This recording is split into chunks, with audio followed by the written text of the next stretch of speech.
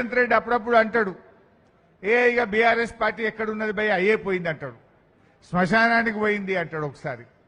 ఒకసారి అంటాడు BRS party అది సచ్చిన పాముతో సమానం అంటాడు.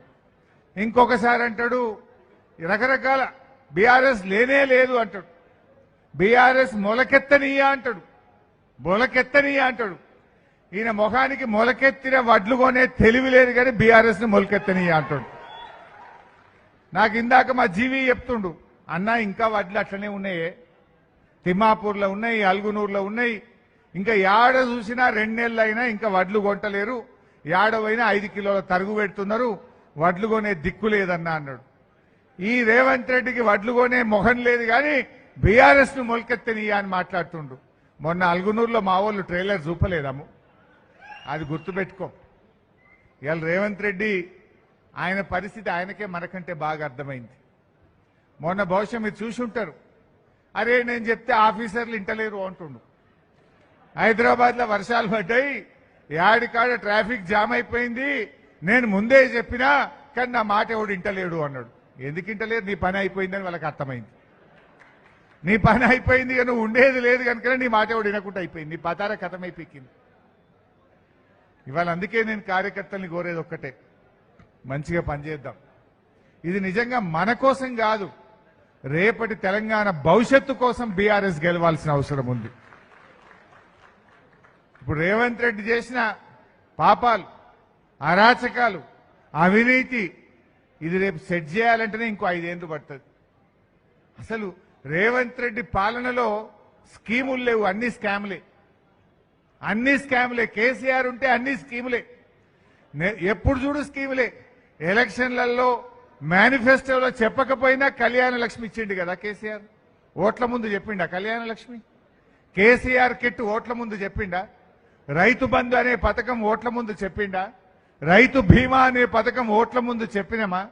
ఎన్నికల ముందు హామీలు ఇవ్వకపోయినా ప్రజలకేం కావాలో ప్రజల మనసెరిగి పాలన అందించింది కేసీఆర్ ప్రభుత్వం, ప్రజల కోసం పనిచేసింది కేసీఆర్ ప్రభుత్వం. కానీ రేవంత్ రెడ్డి అంతా స్కామ్లే. ఏ స్కీము చూడు, ఇలా సివిల్ సప్లైలో స్కామ్, సింగరేణిలో స్కామ్, హ్యామ్ రోడ్లలో స్కామ్, చివరికి గా పిల్లల బట్టలు కొని పిల్లలకు అన్నం పెట్టే ఉప్పు పప్పుల కోడిగుడ్లలో కూడా స్కామే. భూముల్లో స్కామ్, పవర్లో స్కామ్, అసలు స్కాములు చేయని డిపార్ట్మెంటే లేదు. ఎండ్ల చూడు స్కామే, స్కీములు లేవు, అంతా మోసం. ఇవాళ మీ జిల్లా మంత్రులు పాపం వాళ్ళని చూస్తే నాకు జాలేస్తా ఉంది. నేను మొన్నెప్పుడో మాట్లాడినా,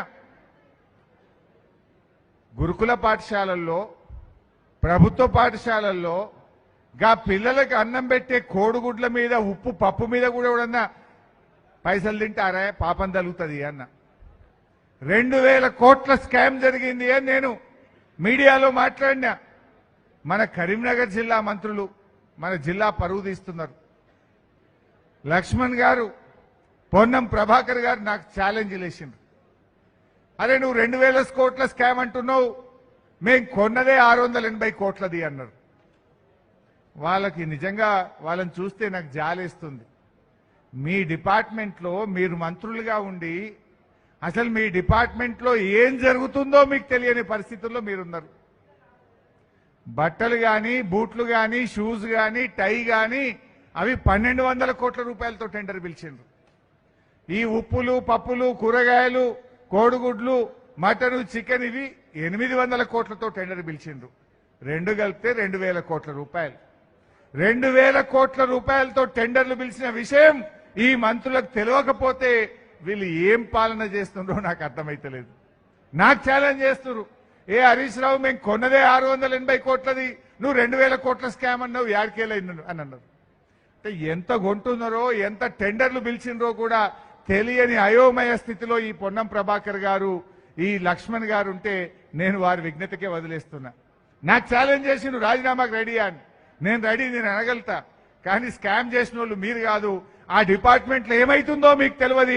ముఖ్యమంత్రి మొత్తం టెండర్లు పిలిచి మింగుతా ఉన్నాడు. ఆ అనుముల వారి అన్నదమ్ములే మింగుతున్నారు కనుక మీకేమైతుందో మీకు తెలియదు. నేను మిమ్మల్ని అని కూడా ఉపయోగం లేదు. వీళ్ళ కనీసం వాళ్ళ డిపార్ట్మెంట్లో ఎంత టెండర్లు పిలిచిండ్రో ఎంత మింగినరో కూడా తెలుస్తలేదు. రేవంత్ రెడ్డి మాట్లాడుతూ అంటుండే 1 కోటి మంది మహిళల్ని కోటీశ్వరులను చేస్తా అన్నాడు. 1 కోటి మంది మహిళలు కోటీశ్వరులు కాలే, యనుముల వారి 4 అన్నదమ్ములు మాత్రం కోటీశ్వరులు అయినరు. మీ 4 మాత్రం కోటీశ్వరులు అయినరు, మహిళలు అయినరు. ఎక్కడన్నా ఇలా యనుముల వారి కుటుంబం మీ కడుపు నిండింది. మహిళలు, పేదలు, రైతులు వాళ్ళ కడుపు మాత్రం ఎండుతా ఉన్నది. అరేగా కూలీలకు ఇస్తాను, ఉపాధి హామీ కూలీలకు మేము సంవత్సరానికి 12,000 ఇస్తామని 3 బడ్జెట్లలో చెప్పిండ్రు. 2024-25 బడ్జెట్లో చెప్పిండ్రు, 2025-26 బడ్జెట్లో చెప్పిండ్రు, మొన్న 2026-27 బడ్జెట్లో చెప్పిండ్రు. బడ్జెట్ల బట్టిగారు చదువుడు, వీళ్ళు బల్లలు కొట్టుడు, పైసలు మాత్రం వత్తలు వచ్చినాయా కూలీలకు? ఎక్కడన్నా కూలీలకు ఇందిరమ్మ ఆత్మీయ భరోసా పేరిట ఏడాదికి 12,000 రూపాయలు ఇస్తామన్నారు. ఏ కూలీకి కూడా 1 రూపాయి వచ్చిన పరిస్థితి లేదు. అంటే బడ్జెట్ల చదువుడు, బల్లలు కొట్టుకున్నట్లే ఉండదు తప్ప పేదవాడి కూలీ కడుపు నిండింది లేదు, 12,000 రూపాయలు పడ్డది లేదు. కానీ యనుముల వారి కుటుంబం వాళ్ళ ఖజానా నిండుతున్నది, వాళ్ళ కడుపులు నిండుతున్నాయి, కానీ కూలీల కడుపు మాత్రం నిండలేదు. ఇందిరమ్మ ఆత్మీయ భరోసా 3 ఏళ్లైనా కూడా ఇప్పటికీ అమలుకు నోచుకోని పరిస్థితి. ఆ బడ్జెట్కో విలువ ఉండాలనా వద్దా? అసెంబ్లీలో చెప్తే బడ్జెట్ పాస్ అయితే ఆ కూలీలకు డబ్బులు ఇవ్వడానికి నీకు లేవా? కూలీలకు ఇవ్వడానికి డబ్బులు లేవు. కానీ రేవంత్ రెడ్డి మొన్న ఎంసీహెచ్ఆర్డీలో 100 కోట్ల రూపాయలతో క్యాంప్ ఆఫీస్ కట్టిండు. మాట్లాడితే పైసలు లేవంటాడు, నన్ను కోసుక తింటారా అంటాడు, ఖజానా ఖాళీ ఉందంటాడు. ఖజానా ఖాళీ లేదు, రేవంత్ రెడ్డికి మనసు లేదు. ఇవాళ ఫ్యూచర్ సిటీలో 100 కోట్ల రూపాయలతో రేవంత్ రెడ్డి క్యాంప్ ఆఫీస్ కట్టుకున్నాడు. ఎంసీహెచ్ఆర్డీలో 100 కోట్ల రూపాయలతో క్యాంప్ ఆఫీస్ కట్టిండు. సెక్రటరియట్ లో కోట్ల రూపాయలు ఖర్చు పెట్టి వాస్తు కరెక్షన్ చేసిండు. పోలీసుల కోసం కేసీఆర్ గారు పోలీస్ కమాండ్ కంట్రోల్ రూమ్ కడితే అందులో ఒక క్యాంప్ ఆఫీస్ కట్టుకున్నాడు. ఎన్ని క్యాంప్ ఆఫీసులు కడతావు?